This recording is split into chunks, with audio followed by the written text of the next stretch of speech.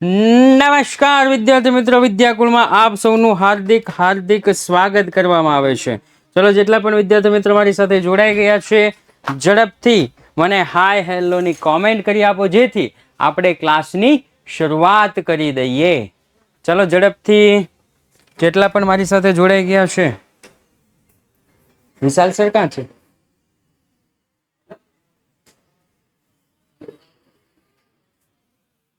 Okay, ચાલો ચાલો ચાલો ચાલો ક્લાસની શરૂઆત કરી દઈએ.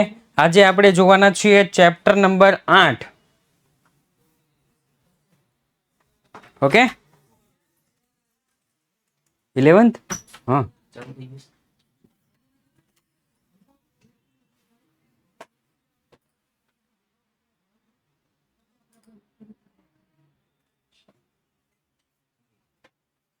ઓકે.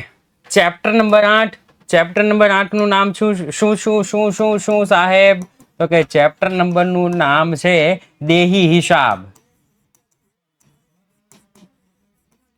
દેશી નામું ને, દેશી નામા પદ્ધતિ. દેશી નામું કહેવાય દેશી નામા પદ્ધતિ. દેહી નામા પદ્ધતિ. રેડી? શું નામ છે ભાઈ? દેહી નામા પદ્ધતિ. અને આ જે દેહી નામા પદ્ધતિ છે, એમાં ગયા વીકમાં આપણે શનિવારે થોડું ઘણું શીખી ગયા હતા, જોઈ ગયા હતા.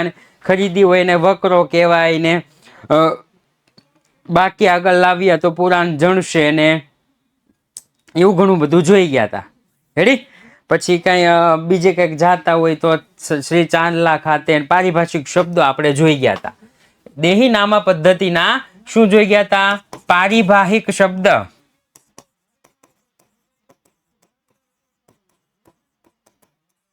પારિભાષિક શબ્દ. રેડી? કારણ કે દેહી છે ને, એટલે મને તમારી જેમ વિલાયતી બોલતા આવડતું નહીં. હું પારિભાષિક શબ્દ બોલું, મને કઈ પારિભાષિક શબ્દો એવું બોલતા આવડતું નહીં, કારણ કે દેહી ભાષા છે. એ અમારી ગામડાની દેહી ભાષા છે ભાઈ.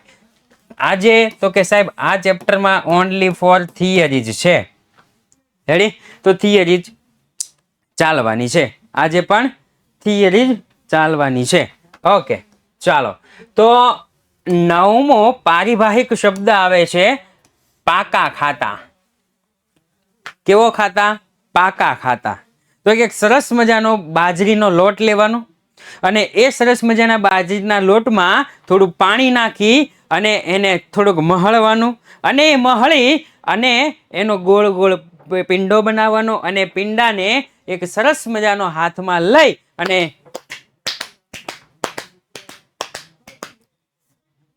બાજરીનો રોટલો બનાવવાનો. અને એ બાજરીના રોટલાને જે આપણે ખાઈએ ને, એટલી મજા આવે ને, બહુ મજા આવે. ટીપવાનો, આમ જ ટીપાય હો.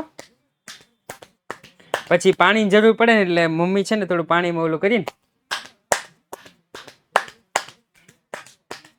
યસ, ખાવાની એવી મજા આવે ને. પાકો રોટલો, આમ તમે દિલ ખુશ થઈ જાય. તો અહીંયા પાકા ખાતા એટલે શું? તો કે વર્ષના અંતે જે ખાતા બંધ કરવામાં ન આવે, જે ખાતા બંધ કરવામાં આવતા નથી, પરંતુ તેની બાકી બીજા વર્ષ માટે આગળ લઈ જવામાં આવે છે, એને શું કહેવાય? પાકા ખાતા કહેવાય. વર્ષના અંતે ખાતા બંધ કરવામાં નથી આવતા અને એને આવતા વર્ષે એ લઈ જવામાં આવે, એવા ખાતા દર્શાવવા હોય તો ક્યાં દર્શાવાય? ખ્યાલ છે કે જે ખાતા બંધ નથી થતા, જે મિલકતોના અને એવા બધા ખાતા બંધ નથી થતા, એ આવતા વર્ષે લઈ જવાના હોય તો સાહેબ આવા ખાતા ક્યાં દર્શાવાય? તો કે આવા ખાતા છે ને પાકા સરવૈયામાં દર્શાવાય. કેવું? પાકા સરવૈયામાં. રેડી? ડાબી બાજુ હોય, ડાબી બાજુ એ મૂડી દેવા હોય, જમણી બાજુ મિલકત લેણા હોય. મિલકતોના ખાતા બંધ કરવામાં ન આવે. જે મિલકતોની બાકી હોય ને એના પછીના વર્ષે આગળ લઈ જવામાં આવે. યાદ કરો ચેપ્ટર નંબર 2. ચેપ્ટર નંબર 2 માં આપણે બાકી આગળ લાવ્યા ને બાકી આગળ લઈ ગયા, બાકી આગળ લાવ્યા ને બાકી આગળ લઈ ગયા. બીજા વર્ષે આવતું 31/3/2013, 31/3/2014, 31/3/2015 એવું થતું હતું. રેડી? તો એને શું કહેવાય? પાકા ખાતા. પાકા ખાતામાં વ્યક્તિઓ અને મિલકતોના ખાતાનો સમાવેશ થાય. જો આવી ગયું. કોઈ વ્યક્તિનું ખાતું હોય કે મિલકતનું ખાતું હોય એનો સમાવેશ થાય. પાકા ખાતાની બાકીઓ પાકા સરવૈયામાં દર્શાવવામાં આવે છે. ક્યાં દર્શાવવામાં આવે? પાકા સરવૈયામાં. પાકા ખાતા પરથી ધંધાની આર્થિક પરિસ્થિતિ જાણી શકાય. પરીક્ષામાં MCQ પૂછાય હોય એટલે હું અંડરલાઈન અને ગોલ રાઉન્ડ કરું છું. રેડી? પાકા સરવૈયા પરથી અથવા તો પાકા ખાતા પરથી જાણી શકાય છે. ફોર એક્ઝામ્પલ આપણને આપેલું છે મકાન ખાતું, ફર્નિચર ખાતું, આનંદનું ખાતું વગેરે વગેરે વગેરે વગેરે વગેરે વગેરે. શ્રી ભંડોળ ખાતું. આ ભંડોળ એટલે શું કહેવાય ભાઈ? તો કે સાહેબ આપણે 9મું ચેપ્ટર જોઈ ગયા, મૂડી. 9મું ચેપ્ટર જોઈ ગયા ને, મૂડી. રેડી? શ્રી ભંડોળ ખાતું. દેશીનામા પદ્ધતિમાં મૂડી ભંડોળ તરીકે ઓળખાય છે. દેશીનામા પદ્ધતિમાં મૂડી શું કહેવાય? ભંડોળ તરીકે ઓળખાય. ધંધાનો માલિક ધંધાની શરૂઆતમાં કે ચાલુ ધંધા દરમિયાન પોતાની અંગત મિલકતો જેવી કે રોકડ શિલ્લક, બેંક શિલ્લક, મકાન, ફર્નિચર, માલ સ્ટોક કે લેણું ધંધામાં લાવે. ધંધાનો માલિક ધંધામાં રોકડ માલ કે મિલકત લાવે એને શું કહેવાય? તો કે સાહેબ એને કહેવાય મૂડી. ઓકે સર, જાન્યુઆરી સુધીના કોર્સમાં કેટલા ચેપ્ટર આવે? 5 ચેપ્ટર સુધી. જાન્યુઆરી સુધીનો કોર્સ હોય ને, આપણે પેલી કઈ એક્ઝામ તમે કીધી? GTS એવું કંઈક નામ છે ને, મને નામ નથી આવડતું. GTSE. ઓકે, GTSE ની એક્ઝામ છે ને, એમાં એકાઉન્ટનો હું કોર્સ કહી દઉં છું. પાર્ટ 1 છે એ પાર્ટ 1 માં 1 થી 11 ચેપ્ટર. પાર્ટ 1 માં 1 થી 11 ચેપ્ટર અને પાર્ટ 2 છે એ પાર્ટ 2 માં 1 થી 5 ચેપ્ટર. થઈ ગયું? Okay, Gujarat talent search exam. હા, ઓકે. તો 1 થી 11 ચેપ્ટર અને 1 થી 5 ચેપ્ટર છે. ચાલો આગળ જોઈએ. તો કે જે કઈ પેઢીમાં લાવે, જે કાંઈ પેઢીમાં લાવે, પેટીની બદલે શું છે અહીંયા? પેઢી. જે કાંઈ પેઢીમાં લાવે તેને શ્રી ભંડોળ ખાતે નોંધવામાં આવે છે. હવે ઘણા વેપારીઓ મૂડીને મૂડી પણ તરીકે નોંધે છે. હવે નોંધે છે, બાકી નહીં. હા, ઓનલી MCQ જ રહેશે. ઓનલી MCQ જ રહેશે. ભાગીદારી પેઢીમાં દરેક ભાગીદારના નામ જોગ મૂડી ખાતા રાખવામાં આવે છે. ભાગીદારના નામ હોય એ ધોરણ 12 માં તમારે આવશે કે દરેક ભાગીદારના નામ હશે. આપણે અહીંયા જે વાર્ષિક હિસાબ શીખી ગયા ને, એમાં તમે જુઓ તો મૂડી દેવા બાજુ આપણે લખતા હતા શરૂઆતની મૂડી પ્લસ મૂડીમાં વધારો પ્લસ મૂડી પર વ્યાજ પ્લસ ચોખ્ખો નફો બાદ ઉપાડ પ્લસ ઉપાડમાં વધારો પ્લસ ઉપાડ પર વ્યાજ પ્લસ ચોખ્ખી ખોટ. તો ત્યાં મૂડી છે ને, એના માટે એક અલગથી ધોરણ 12 માં ખાતું રાખવામાં આવશે જે ભાગીદારના મૂડી ખાતા એવું નામ હશે. ઘર ખરચ ખાતું. ઘર ખરચ ખાતું તો કે ધંધાનો માલિક પોતાના અંગત હેતુસર ધંધામાંથી માલ, મિલકત કે રોકડ લઈ જાય તેને અંગત ખર્ચ તરીકે પેઢી ચૂકવે તો આ રકમ શ્રી ઘર ખરચ ખાતે ઉધાર થાય છે. તો આપણે ઉપાડ કહીએ છીએ ને, ઉપાડ ખાતું હંમેશા ઉધાર, ઉપાડ ખાતું હંમેશા ઉધાર અને મૂડી ખાતું હંમેશા જમા. આપણે આવું કહીએ છીએ. ઉપાડ ખાતું હંમેશા ઉધાર, મૂડી ખાતું હંમેશા જમા. એ પછી ધોરણ 11 હોય કે ધોરણ 12 હોય કે તમે કોઈ પણ જગ્યાએ જાઓ, ગુજરાતના કોઈ પણ ખૂણે જાઓ, મૂડી ખાતું જમા થાય, ઉપાડ ખાતું ઉધાર થાય. ભારતના કોઈ પણ ખૂણે જાઓ, મૂડી ખાતું જમા, ઉપાડ ખાતું ઉધાર. સાહેબ ભારત નહીં, વિશ્વના કોઈ પણ ખૂણે જાઓ, મૂડી ખાતું જમા, ઉપાડ ખાતું ઉધાર. રેડી? એકાઉન્ટના નિયમ બધી જગ્યાએ સેમ છે. એક સરસ મજાનો કાર્યક્રમ હતો. એ કાર્યક્રમમાં કોઈ એક CA સાહેબ હતા, છેલ્લા 15 કે 18 વર્ષથી CA નો કોર્સ કરાવતા હતા. એ સાહેબ એવી વાત કરતા હતા કે એકાઉન્ટના નિયમ છે ને ફોરેન કન્ટ્રી હોય કે ભારત કન્ટ્રી હોય, બધામાં સેમ જ છે. રેડી? તો તમે તમારું બહેતર, સીએમાં કેવું હોય કે પહેલા મહેનત ફૂલ માગી લે, પછી એશો આરામની જિંદગી. રેડી? પછી તો એને શું કરવું પડે? ખાલી ઓડિટ જ જોવા પડે. ઓકે? તો તમારે જો સીએ કરવું હોય તો એકાઉન્ટ છે એ એકાઉન્ટ તમારે પરફેક્ટ કરવું પડશે ધોરણ 11 અને ધોરણ 12નું. હા, બીજા વિષય પણ આવશે, સ્ટેટ, ઇકો, બીએ એ પણ આવશે, પણ ઓછા આવશે. પણ તમારે એકાઉન્ટ ફરજિયાત આખે આખું, આ બેઝિક છે. આ શું છે? બેઝિક છે. હો, આ જે પાયો છે, હજી ડોબરા ગાળા છે. 11મું અને 12મું ડોબરા છે, હજી એના ઉપર માળ ચણવાનો બાકી છે, હજી તમે કોલેજમાં જાઓ ત્યાર પછી. એટલે પહેલેથી ધ્યાન રાખવું. અને બધા શબ્દો છે એ બધા શબ્દોના ઇંગ્લિશ વર્ડ્સ છે એ અત્યારથી જ પાકા કરવાના. શું કરવાનું? પ્રેક્ટિસ કરવાની. બધાના ઇંગ્લિશ વર્ડ્સ અત્યારથી જ પ્રેક્ટિસ કરવાની, પાકા કરવાની. ઓકે? મારે બી બીકોમ કરવું છે અને પછી બેંક મેનેજરમાં. ઓકે, તો તમારે સ્ટેટમાં અને એકાઉન્ટમાં બહુ ધ્યાન રાખવું પડશે. ઓકે, ચાલો તો આગળ વધીએ. શ્રી ઉબળેખ ખાતું. હા, તો એ સાહેબ જે સીએ બની ગયા હતા અને એ પોતાની સીએની ઇન્સ્ટિટ્યૂટ પણ ચલાવે છે, બાળકોને ભણાવે છે. તો એ સાહેબ એવું કહેતા હતા કે ગુજરાતી ભણો, કોઈ વાંધો નહીં, બહુ મસ્ત છે. એના કોન્સેપ્ટ સમજો, એકાઉન્ટના કોન્સેપ્ટનું ઇંગ્લિશ વર્ડ્સ પ્રોપર સમજજો, જેથી ભવિષ્યમાં તમને મુશ્કેલી પડે નહીં. એટલા માટે મને કંઈક યાદ આવી ગયું આમાંથી કંઈકથી. હા, નિયમોમાંથી યાદ આવ્યું કે નિયમ બધી જગ્યાએ સેમ છે. તમે ભારતમાં, ગુજરાતમાં, અમદાવાદમાં બેઠા બેઠા ફોરેન કન્ટ્રીના તમે હિસાબ કરી શકો છો. ભાઈ એવું કીધું હતું. ઓકે? પણ તમારામાં આવડત હોવી જોઈએ. તો શ્રી ઉબળેખ રકમ, તો કે ધંધામાં કોઈ વ્યક્તિને થોડા દિવસ માટે ઉછીના નાણાં આપવામાં આવે. આપણે એને ઉછીના, આમ કહેવાય ઉછીના નાણાં છે ને. ઓકે, હું કીધું? ધંધામાંથી કોઈ વ્યક્તિને થોડા દિવસ માટે ઉછીના નાણાં આપવામાં આવે, ત્યારે તે રકમ રોજમેળ કે બેઠામેળમાં તે વ્યક્તિ ખાતે ઉધાર કરવામાં આવે. પરંતુ રકમ નીચે ઉ એવો શબ્દ લખાય છે, એટલે કે ઉબળેક. ઉ એટલે ઉધારનો ઉ નહીં, ઉબળેકનો ઉ. આ વ્યવહારની ખાતા વહીમાં ખતવણી કરવામાં આવતી નથી. શું કામ ખતવણી નો થાય? સાહેબ, થોડા દિવસ માટે ખાલી ઉછીના જ લઈ જાય છે. એ આપણો ગ્રાહક કે દેવાદાર નથી. ઉછીના નાણાં પરત મળતા પરત કરનાર વ્યક્તિનું ખાતું જમા થાય છે. તેથી આ ખાતું આપોઆપ બંધ થઈ જાય છે. વર્તમાનમાં વેપારીઓ ઉબળેકની રકમ રોજમેળમાં દર્શાવતા નથી. 2-5 દિવસ માટે ઉછીના પૈસા લઈ જાય ને આમાં ન લખવામાં આવે.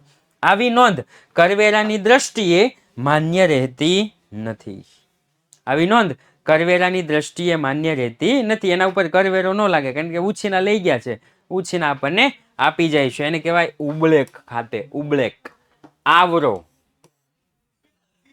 શું કીધું? આવરો. આવરો એટલે શું?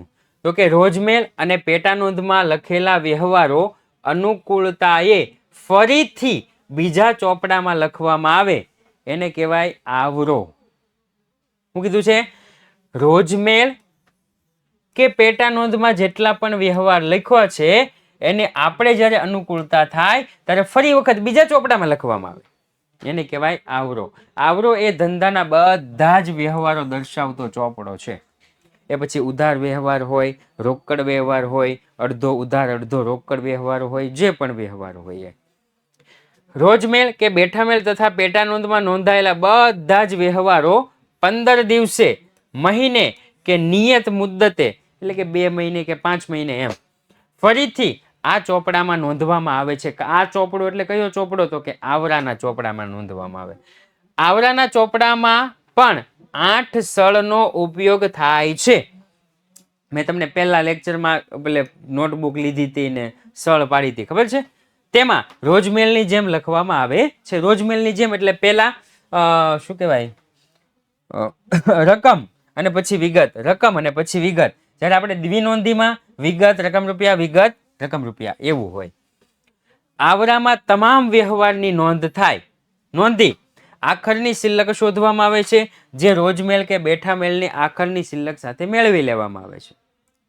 રોજમેળ કે પેટા નોંધ જે પણ હોય એનો હિસાબ કર્યો, એ બધું જ આપણે એક જગ્યાએ ઉતાર્યું આવરામાં, એ બેનું ટોટલ સેમ આવે છે કે નહીં. ન આવતું હોય તો લખવામાં કંઈક ભૂલ થઈ હોય એવું શિલ્લક સાથે મેળવી લેવામાં આવે. આવરામાં ધંધાના બધા જ વ્યવહારોની નોંધ હિસાબોની ચોકસાઈ રાખવામાં આવે છે. તો સિમ્પલ. આવરો હિસાબી ચોપડે નોંધાયેલા વ્યવહારોને ભૂલ શોધવા તથા અંકુશના સાધન તરીકે ઉપયોગી છે. આવરા માટે મોટે ભાગે શરાફ મોટા વેપારીઓ રાખતા હોય છે. આવરો મોટા ભાગે કોણ રાખતા હોય? શરાફ અને મોટા વેપારીઓ. થઈ ગયો. ચાલો, વિગત ખાતું. કેવું ખાતું? વિગત ખાતું.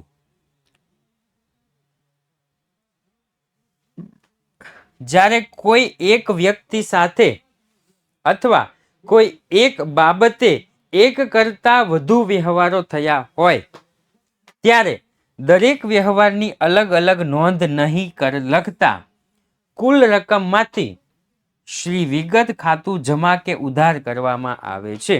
કોઈ એક વ્યક્તિ સાથે કંઈક ખરીદી કરી હોય, પછી એને પાછો અડધો માલ વેચો હોય, પાછો અડધો રોકડેથી વેચો, અડધો ઉધાર વેચો હોય, એક વ્યક્તિ સાથે વારંવાર વ્યવહાર થતો હોય. અથવા તો શરાફ એટલે શું? શરાફ એટલે એક સરસ મજાની બોટલ લઈ આવવાની. શું લઈ આવવાનું? બોટલ લઈ આવવાની. અને એ જે બોટલ તમે લઈ આવો એને તોડી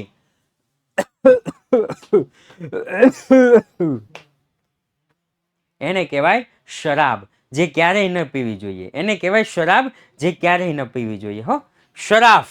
શરાફ એટલે શું? તો કે પહેલાના જમાનામાં છે ને આવા શબ્દનો ઉપયોગ થતો. મોટા વેપારી હોય ને એની પાસેથી આપણે શું કહેવાય, આમ મુખિયા, ગામના મુખિયા હોય ને, ગામના મુખિયા, એની પાસેથી આપણે છે ને વારા ઘડીએ વ્યાજે પૈસા લેવા જતા હોઈએ. વ્યાજે પૈસા લેવા જતા હોઈએ અથવા તો ઉછીના પૈસા લેવા જતા હોઈએ. એવા જે મોટા વેપારીઓ છે ને એને શરાફ કહેવાય. એની તો શરાફી પેઢી ચાલુ છે, બાપ દાદાથી પેઢીઓ ચાલુ છે. રેડી? એની તો બાપ દાદાની શરાફી પેઢી ચાલુ છે એમ કહેવાય. કે પહેલેથી પૈસાવાળા હોય, પહેલેથી શું હોય? પૈસાવાળા હોય.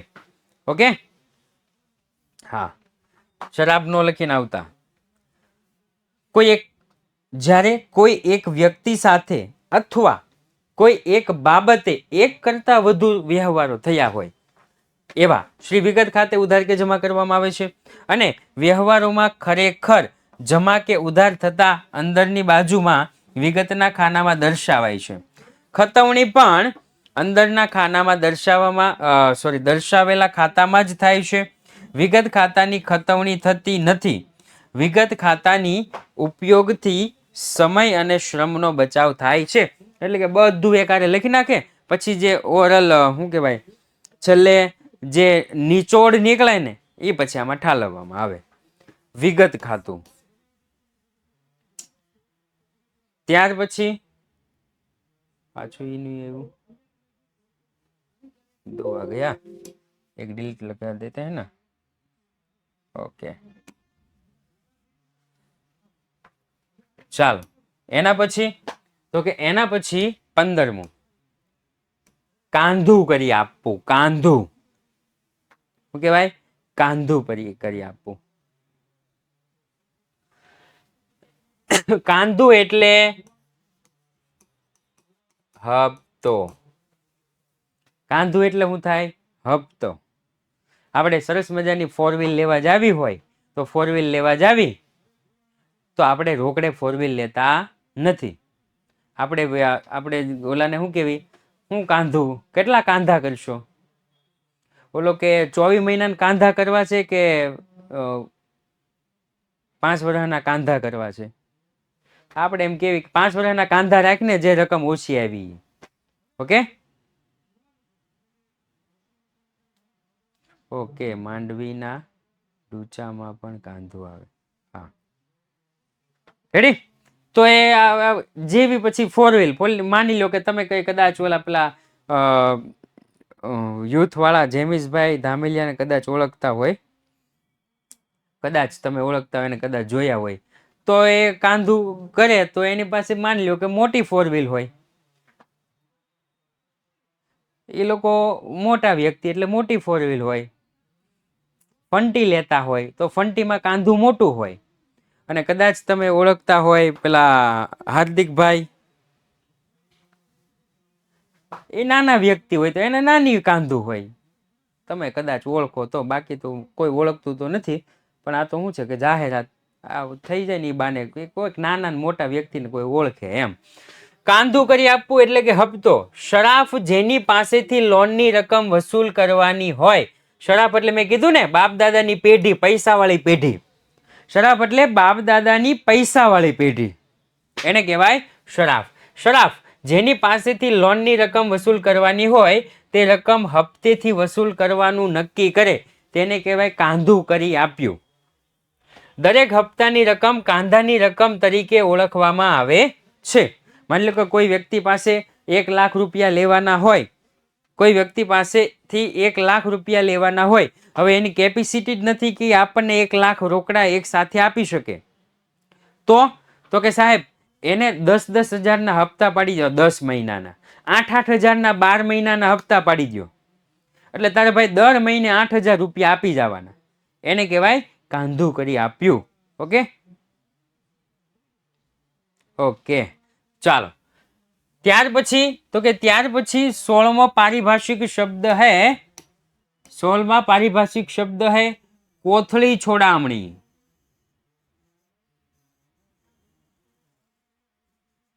कैसा पारिभाषिक शब्द है? कोथળી છોડામણી.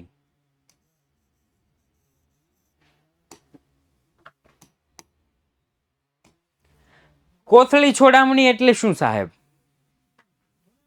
તો કે શરાફ, શરાફ એટલે કે બાપ દાદાની જે પૈસાવાળી પેઢીઓ હોય ને, શરાફ ગ્રાહકને રકમ ધીરતી વખતે, ધીરતી એટલે કે આપતી વખતે થોડી રકમ કાપીને બાકીની રકમ આપે છે.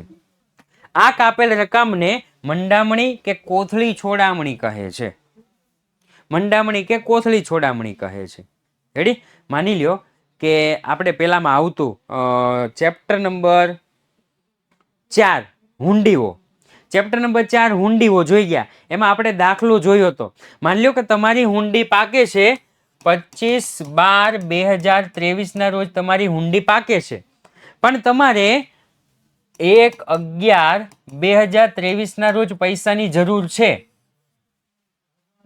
તો બેંક શું કરતી? એ શરાફી પેઢી શું કરતી? સાહેબ પૈસા તમને મળી જાય પણ વટાવ કાપી લેતી. શું કાપી લેતી? વટાવ કાપી લેતી. કે ભાઈ 500 રૂપિયા થશે કે 2% થશે, પૈસા મળી જશે. અહીંયા કોથળી છોડામણી એટલે એ જ તે કે શરાફ ગ્રાહકને રકમ ધીરતી વખતે થોડી રકમ કાપીને બાકીની રકમ આપે છે. આ કાપેલ રકમને કહેવાય મંડામણી અથવા તો કોથળી છોડામણી. શરાફ ગ્રાહક ખાતે પૂરેપૂરી રકમ, આપેલ રકમ પ્લસ મંડામણીની રકમ ઉધારે છે. શરાફ માટે આ રકમ વટાવ કે વ્યાજ, ઉપજ અને ગ્રાહક માટે ખર્ચ છે. રેડી? ઘણી વખત શરાફી પેઢી પૈસા આપે ને ત્યારે આવું કરે. માની લો કે મોદી તનિષા છે, એને 5 લાખની જરૂર છે. તો એ કોઈ નામ કદાચ સાંભળ્યું હોય તો જેમિસ ધામેલિયા, એની પાસે જાય કે સાહેબ પૈસાની જરૂર છે. તો જેમિસ ધામેલિયા કહે કે અત્યારે તો મારી પાસે નથી. તો એ સાહિલભાઈ વેકરિયા પાસે જાય. તો સાહિલભાઈ વેકરિયા કે અત્યારે જ શેર બજારમાં રોકી દીધા છે. તો એ કોઈ ત્રીજા વ્યક્તિ પાસે જાય, એની પાસે હોય પણ એ મોદી સાહેબને શું કે 5 લાખ આપું પણ અત્યારે તને 3,90,000 4,90,000 જ મળશે. 10,000 આપણા રહેશે, 10,000 આપણા રહેશે, 4,90,000 જ મળશે ભાઈ. મંડામણી, કોથળી છોડામણી. ચલો એના પછી 17 જાગણ નોંધ. મારે આવા મોટા મોટા વ્યક્તિઓના વારે વારે નામ લેવા ન પડે, પણ આ તો શું છે કે મેં કીધું તમને ઉદાહરણ પરફેક્ટ બેસી જાય ને એટલે. બાકી નામ ન લેવાય, કોઈનું નામ ક્યારેય ઓનલાઈન પ્લેટફોર્મ ઉપર લેવાય નહીં. ગમે ત્યારે ગમે એ આપણને પછી કહી જાય. આવું છે. રેડી? એટલે હું તો કોઈ દે કોઈ નામ જ ન લઉં. નામ લેવું હોય ને તો અમારા હાર્દિક સર બિચારા એ આપણા મિત્ર રા, એટલે આપણે એનું નામ લઈ લેવી. જો ભાઈ ગ્રાહકને માલ પસંદ પડે, ઓકે, ગ્રાહકને માલ પસંદ પડે તો રાખે. ધ્યાનથી સાંભળજો, જાંગડ નોંધ કોને કહેવાય? ગ્રાહકને માલ પસંદ પડે તો રાખે, અને જો ન પસંદ પડે તો અમુક મુદ્દત પછી પરત કરે. એવી શરતે આપેલ માલને જાંગડ વ્યવહાર કહેવાય. લ્યો, આપણે કેવી ને, આપણે કોઈ પણ કપડાં લેવા જાવી ને, કપડાની દુકાનમાં જાવી ને, એકલા જાવી અથવા તો બેનપણી અથવા તો બેનપણા સાથે જાવી, તો આપણે કપડાં તો લઈ લઈએ, પણ દુકાનવાળાને ચોખવટ કરીએ, જો ઘરે લઈ જાઉં છું, મારા મમ્મી મારા પપ્પાને નહીં ગમે ને તો પાછા આપી જઈશ. અથવા તો કોઈ પણ નવી આઈટમ નવી વસ્તુ આપણે લઈએ, જો પસંદ નહીં પડે ને તો પાછી આપી દેશ. એ કન્ડિશને જો તમારે વેચવું હોય તો કયો, નકર મારે લેવાનું થતું નથી. ઘણા વ્યક્તિ ના પાડી દે, ન લેવું હોય તો કાંઈ નહીં, પણ પાછું નહીં. અને ઘણા વ્યક્તિઓ એવું કે સારું ન ગમે તો પાછું દઈ જાય, વાંધો નહીં, તમ તારે હું ક્યાં વયો જવાનું છું. ઘણા એવું કે રેડી. તો અહીંયા એવું જ છે, ગ્રાહકને માલ પસંદ પડે તો રાખે, ન પડે તો અમુક મુદ્દત પછી પરત કરી દેવાની. એવી જે વ્યવહાર એને કહેવાય જાંગડ વ્યવહાર.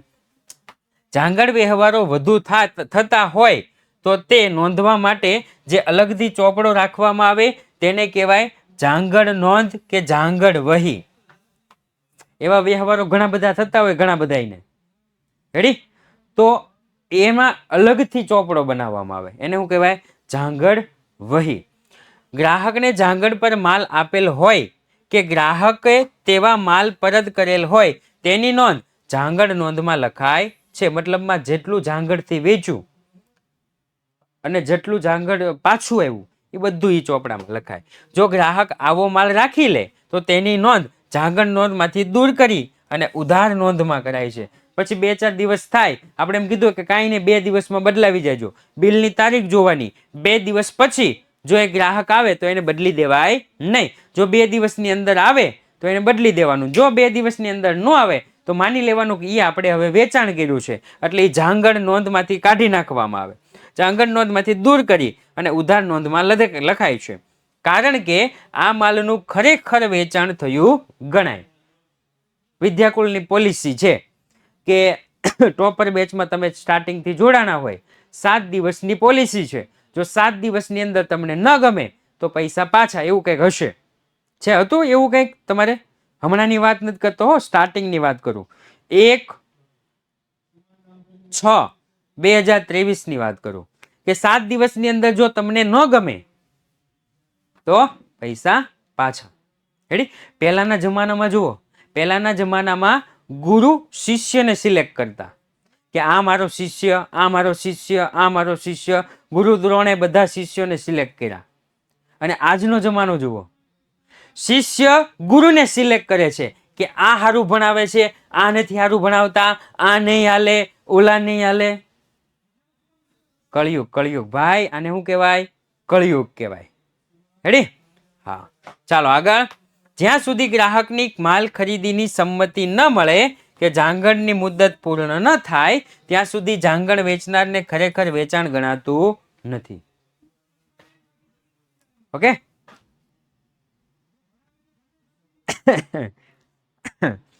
ઓકે દેવાંશીબેન, ચાલો થઈ ગયું.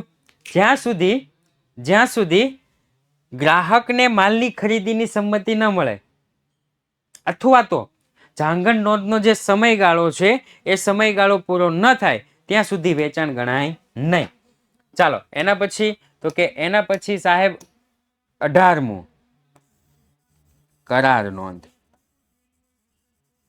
કેવી નોંધ? કરાર નોંધ. મોટા પાયા પરના વેપારમાં, એટલે કે બહુ મોટો વેપાર હોય, જાજી બધી વસ્તુ ખરીદવાની હોય, વેચવાની હોય, વેપારમાં ખરીદ વેચાણ થતા અન્ય બાબતો માટે જુદી જુદી શરતો વાળા કરાર કરવામાં આવે. આવા કરારની વિગતોની નોંધ જે ચોપડામાં થાય એને કહેવાય કરાર નોંધ. સિમ્પલ. મોટા મોટા વ્યવહારો હોય એના કરારો બધા અલગ અલગ હોય, અને એ જે કરારો હોય, કોન્ટ્રાક્ટ હોય, એ જે લખવામાં આવે એને કહેવાય કરાર નોંધ. ત્યાર પછી તો કે ત્યાર પછી છે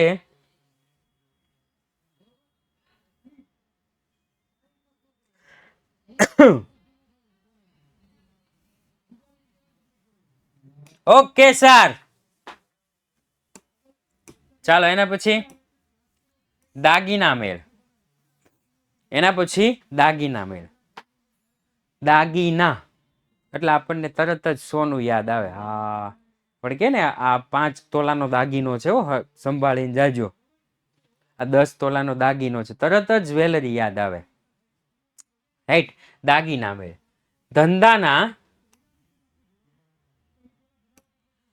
ધંધાના સ્ટોકની દરેક વસ્તુની આવક જાવકનો હિસાબ જાણવા માટે, ધંધાની દરેક વસ્તુ છે એ દરેક વસ્તુની આવક જાવકનો હિસાબ જાણવા માટે જે ચોપડો રાખવામાં આવે છે એને કહેવાય દાગીના મેળ. આવક જાવકનો ચોપડો. એટલે આપણે ઓલું કરતા ખબર છે, આ તો ખાલી કહું છું, ઉદાહરણ આપું છું. આપણે વિલાયતી ભાષામાં નફા નુકસાન ખાતું બનાવતા આવક જાવકના ઓલા માટે. હા, ઓનલાઈન હશે હો ભાવેશભાઈ. રેડી, એને દાગીના મેળ કહેવાય.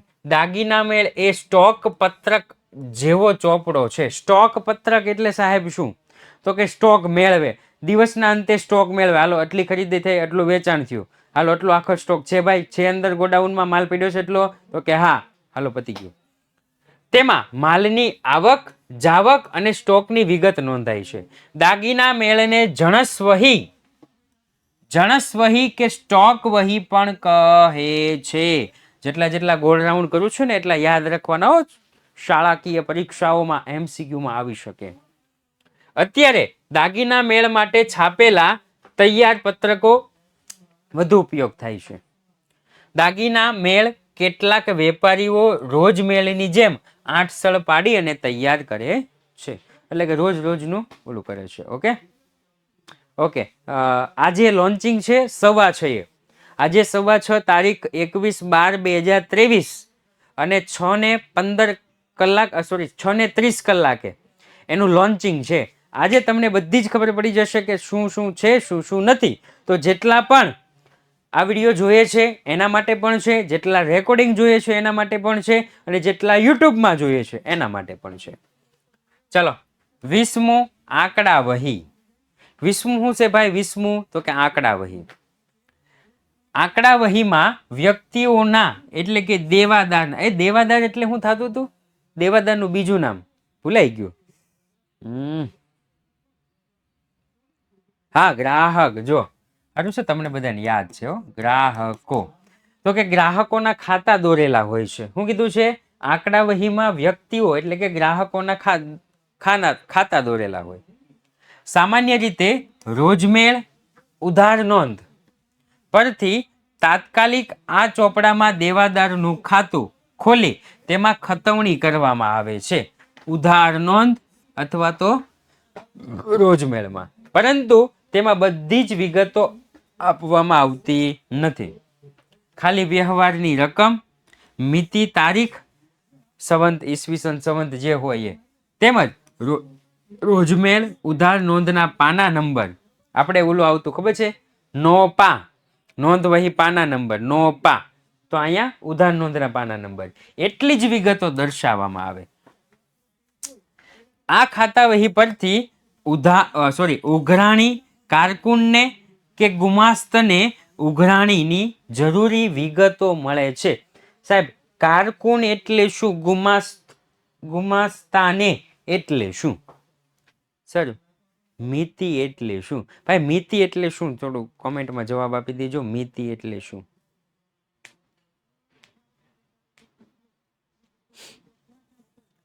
ઓકે, ચાલો. મિતિ એટલે શું થાય? તો કે સાહેબ તિથિ. મિતિ એટલે શું થાય? તિથિ. આપણે આવી ગયો તો પારિભાષિક શબ્દ, કદાચ તમે નહીં હોય એ લેક્ચરમાં. ઓકે, ઉઘરાણી કરનાર વ્યક્તિ. ગુમાસ્તને એટલે કે ઉઘરાણી કરનાર વ્યક્તિ જ થાય. આમાં સેમ જ છે. કે શબ્દ છે, જો ઉઘરાણી કારકુનને કે ગુમાસ્તને ઉઘરાણીની જરૂર વિગતો મળે છે.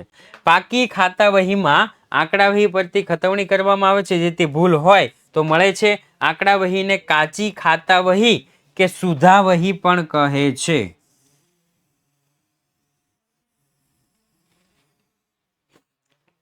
આંકડા વહીને કાચી ખાતા વહી કે સુધા વહી પણ કહે છે.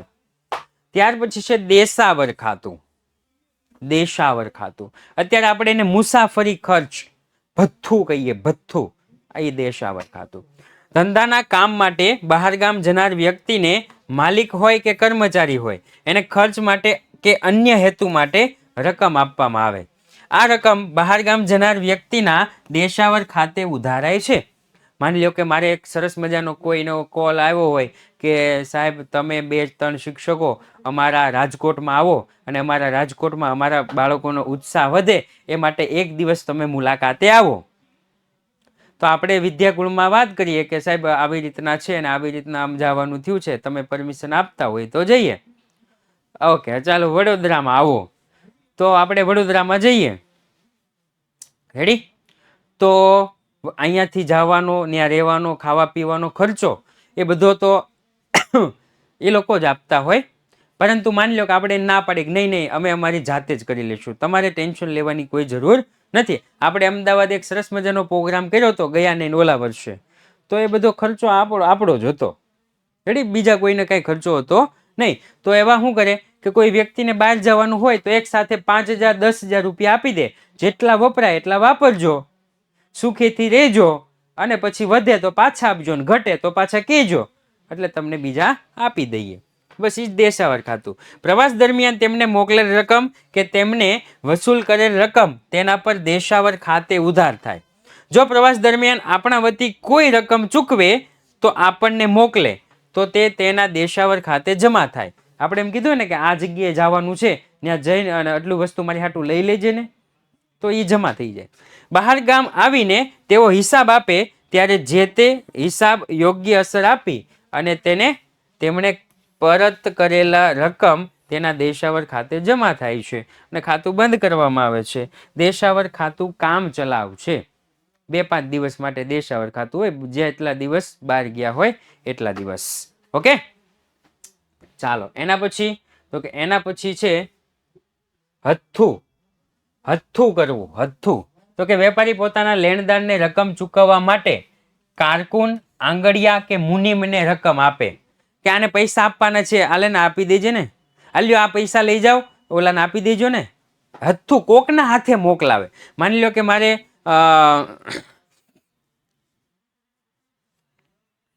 હેતને પૈસા મોકલવા છે, પણ મારી હેત પાસે જવાનો ટાઈમ નથી, એટલે હું પ્રદીપભાઈને કહું, પ્રદીપભાઈ આલ્યોના પૈસા હેતભાઈ મળે ત્યારે આપી દેજો ને. હથ્થું એટલે કે કોઈના દ્વારા મોકલાવે. વેપારી પોતાના લેણદારને રકમ ચૂકવવા માટે કારકુન, આંગડિયા કે મુનિમને રકમ આપે ત્યારે તે રકમ સીધી લેણદારના ખાતે ઉધારવાને બદલે જે પણ વચ્ચે જે હોય વ્યક્તિ એના ખાતે ઉધારવામાં આવે. જ્યારે લેણદારને રકમ મળ્યાની પહોંચ મળે, લેણદાર એમ કે ફોન આવી જાય કે હા સાહેબ તમે પ્રદીપભાઈ પાસે પૈસા મોકલાવ્યા હતા ને મને મળી ગયા છે. હા કમ્પ્લેટ જ છે. એમાં જોવાનું શું હોય સાહેબ, તમે મોકલા હોય એમાં પછી ગણવાનું હોય જ નહીં. રેડી? આ ચેપ્ટર કેટલા માર્કમાં આવે છે જરા કોમેન્ટમાં કહી દેજો. કેટલા માર્કમાં આપણે, કારણ કે સ્ટાર્ટિંગમાં કહી દીધું છે. લેણદાર ખાતે ઉધારી જે તે વ્યક્તિનું હથ્થું ખાતું જમા કરવામાં આવે. આમ હથ્થું ખાતું બંધ થઈ જાય છે. હથ્થું ખાતું પણ કેવું છે? સરસ, thank you so much comment કરવા બદલ. કામ ચલાવ ખાતું છે. ઓકે, શાહ ખાતું. શાહ તો કે અમિત શાહ ક્યાં? શાહ એટલે શું? તો કે વેપારીને મળેલ રકમ કઈ વ્યક્તિ પાસેથી મળી છે કે કઈ વ્યક્તિને ચૂકવેલ રકમ કઈ વ્યક્તિને આપેલ છે તે યાદ જ ન રહે. હું કીધું? કોની પાસેથી મળ્યા હતા અને કોને આપ્યા એ યાદ જ ન રહે. એટલે ભૂલાઈ ગયું. 3,000 કોને આપ્યા હશે? ભૂલાઈ ગયું. હવે શું કરવું? તો કે એ જે ભૂલાઈ ગયેલી રકમ છે ને એ શ્રી શાહ ખાતે લખી નાખવાની. જો અહીંયા લખ્યું છે તાત્કાલિક શાહ ખાતે અથવા શ્રી ખાતે લખાય છે. અને રોજમેળ બંધ કરવામાં આવે ત્યારે વ્યક્તિનું જો નામ યાદ આવે ત્યારે તે રકમ તે વ્યક્તિ ખાતે ફેરબદલી કરી અને શાહ કે શ્રી ખાતું બંધ કરવામાં આવે છે. પછી નામ યાદ આવી જાય, હા એલા આ તો ઓલા પ્રણવભાઈ મોકલા તા પૈસા, એટલે હું લખી નાખે પ્રણવભાઈ ખાતે લખી નાખે, શાહ કાઢી નાખે. કોઈ વ્યક્તિનું નામ ગુપ્ત રાખવાનું હોય ત્યારે પણ શાહ ખાતાનો ઉપયોગ થાય છે. માની લ્યો કે કોઈ ભાર્ગવીબેને પૈસા મોકલા છે, પણ આપણે કોઈને જણાવવું નથી કે ભાર્ગવીબેને પૈસા મોકલા છે, લખી નાખવાનું શ્રી શાહ ખાતે. રેડી? એ તો આપણને જ ખબર છે, શાહ એટલે ભાર્ગવીબેન. તસલમાત ખાતું. તસલમાત ખાતું કેવું ખાતું? તસલમાત ખાતું. વેપારીને કોઈ રકમ મળી હોય અથવા વેપારીએ કોઈ રકમ ચૂકવી હોય, તે રકમ કયા ખાતે લેવી એ નક્કી ન થતું હોય અથવા તો યાદ ન રહ્યું હોય, એટલે કોઈનું નામ યાદ ના આવે એટલે શાહ ખાતું. હા, તસલમાત ખાતું એટલે હું તો કે વેપારીને કોઈ રકમ મળી હોય અથવા કોઈને રકમ ચૂકવી હોય, પણ હવે એ લખવું કયા? વેચાણમાં લખવું, ખરીદીમાં લખવું, એ વ્યક્તિના નામે લખવું ક્યાં? કાંઈ યાદ ન રહે તો તે રકમ પ્રથમ તસલમાત ખાતે લખાય છે, અને જો રોજમેળ બંધ કરવામાં આવે અને સાચું નામ યાદ આવે તો નક્કી થાય તે રકમ જે તે ખાતે ફેરબદલી કરી અને તસલમાત ખાતું બંધ કરવામાં આવે. આમ તસલમાત ખાતું એ રોજમેળ સમયસર બંધ કરવામાં ઉપયોગી છે, અને તસલમાત ખાતાની દ્વિનોંધી નામા પદ્ધતિમાં ઉપલક ખાતા તરીકે ઉપલક ખાતા જેવું છે. તસલમાત ખાતું દ્વિનોંધી નામા પદ્ધતિમાં ઉપલક ખાતા જેવું છે. યાદ કરો પાર્ટ 1 ચેપ્ટર નંબર 10 કાચું સરવૈયું. કાચા સરવૈયાનો જો જવાબ ન મળતો હોય તો આપણે શું લખતા હતા? જો નિયમ પ્રમાણે લખ્યું હોય તો નકર પાછા છે ને નિયમ પ્રમાણે ન લખ્યું હોય અને જવાબ ન મળે તો જ્યાં રકમ ઘટે લખ નાખો સાહેબ ઉપલક ખાતે. મારો તો કાચા સરવૈયાનો જવાબ આવી ગયો સાહેબ, આપણે કાંઈ ન ઘટે સાહેબ, કાચા સરવૈયાનો જવાબ પરફેક્ટ આવી ગયો. ऐसा नहीं होता है, ऐसा नहीं होता है. નિયમ પ્રમાણે લખ્યું હોય અને જવાબ ન આવે તો ઉપલક ખાતું આવે. ઓકે, ચાલો. એના પછી તો કે આંકડા વહીને બીજા કયા નામે ઓળખવામાં આવે છે? તો કે આંકડા વહીને ખાતા વહી કે સુધા વહી તરીકે ઓળખવામાં આવે છે. MCQ અને SQ માં પૂછાય. MCQ અને SQ માં પૂછાય. સાહેબ ઉતારો એટલે શું? તો કે ઉતારો આરતી, એ નહીં. ઉતારો એટલે શું? તો કે દેશી નામામાં દરેક ખાતાની બાકીના આધારે વેપારી એક પત્રક તૈયાર કરે. દરેક ખાતાની બાકીના આધારે વેપારી એક પત્રક તૈયાર કરે, આ પત્રકને ઉતારો કહેવાય. દ્વિનોંધી નામા પદ્ધતિમાં આ પ્રકારના પત્રકને કાચું સરવૈયું કહે છે, જેમાં ઉધાર બાકી અને જમા બાકી હોય છે. ઉતારો વાર્ષિક હિસાબો તૈયાર કરતા પહેલા વર્ષના અંતે તૈયાર કરવામાં આવે છે. ઉતારો એટલે ખબર પડી ગઈ? હા સાહેબ, કાચું સરવૈયું. ઓકે, એવું છે એમ ને. ઉતારો એટલે શું થાય? કાચું સરવૈયું. ઓકે, પછી કેવી રીતે તૈયાર કરવામાં આવે છે? તો કે ઉતારો રોજમેળ બેઠા મેળની જેમ 8 સ્થળથી તૈયાર કરવામાં આવે છે. ઉતારાની જમા બાજુ જે ખાતાને જમા બાકી હોય તે લખવામાં આવે, અને ઉધાર બાજુ જેની ઉધાર બાકી હોય એ લખવામાં આવે. એ તો દ્વિનોંધીમાં લખીએ છીએ. ત્યારબાદ ઉતારાની ઉધાર અને જમા બાજુની રકમનો સરવાળો કરી જે બાજુ પર ત્રીજા સ્થળમાં લખવામાં આવે છે, એટલે કે 8 સ્થળ હોય ને, આમ બેવડું વાળીને 8 સ્થળ કર્યું હોય ને, એમાં ત્રીજા સ્થળ ઉપર લખવામાં આવે. ત્યારબાદ બંને બાજુની રકમનો સરવાળાનો તફાવત શોધી જે બાજુ રકમ વધારે હોય બે બાજુ લખી, અને જે બાજુ ઘટતી હોય એને કહેવાય તફાવત. તફાવત શોધી હંમેશા ખૂટતી બાજુ હંમેશા ઉધાર બાજુ શ્રી પુરાંત બાકી તરીકે લખવાય છે. પુરાંત બાકી એટલે શું થતું હતું? ભૂલાઈ ગયું મને. પુરાંત બાકી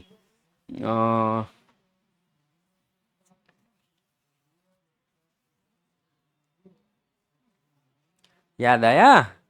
યસ, બાકી આગળ લઈ ગયા. બાકી આગળ લઈ ગયા. રેડી? પુરાંત જણશે એવું મેં સ્ટાર્ટિંગમાં કીધું હતું, લેક્ચર જ્યારે શરૂ થયો ને ત્યારે, કે બાકી આગળ લાવ્યા ને પુરાંત જણશે, ખરીદીને વકરો, ઘર ખર્ચને ઉપાડ, આવું બધું હતું. તો અહીંયા પુરાંત બાકી એટલે કે બાકી આગળ લઈ ગયા. પુરાંત બાકી હાથ પરની રોકડ સાથે મળે તો ગાણિતિક રીતે હિસાબો સાચા છે. એટલે કે બે બાજુ ટોટલ કરવાનું, ઉધાર બાજુ રકમ ઘટે, જમા બાજુ રકમ ઘટે, લખી નાખવાનું બાકી આગળ લઈ ગયા. એટલે કે પુરાંત બાકી હો, દેશનામામાં પુરાંત બાકી. તારીજ કોને કહેવાય? તો કે જમા નોંધની રકમનો કુલ સરવાળો શ્રી ખરીદ ખાતે અને ઉધાર નોંધની રકમનો કુલ સરવાળો શ્રી વકરા ખાતે નોંધવામાં આવે છે તેને તારીજ કહેવામાં આવે છે. હું કીધું? જમા નોંધની રકમનો કુલ સરવાળો ખરીદ ખાતે અને ઉધાર નોંધની રકમનો કુલ સરવાળો વકરા ખાતે નોંધવામાં આવે એને શું કહેવાય છે? તારીજ તરીકે ઓળખવામાં આવે છે. થઈ ગયું? તો આ હતું આપણું ચેપ્ટર નંબર 8, જે અહીંયા આપણે પૂર્ણ જાહેર કરીએ છીએ. આ ચેપ્ટરમાંથી 2 અથવા 3 ગુણનો MCQ અને SQ પૂછાઈ શકે છે. કદાચ રેર કેસમાં આપ સૌની શાળામાં પારિભાષિક શબ્દ પૂછાય તો, બાકી પારિભાષિક શબ્દ પૂછાવાના ચાન્સ એકદમ ઓછા છે. તો આ સાથે જ આજનો ક્લાસ અહીંયા પૂર્ણ જાહેર કરીએ છીએ. ફરી વખત મળીશ એક નવા ચેપ્ટર સાથે. ત્યાં સુધી જય હિન્દ, જય ભારત.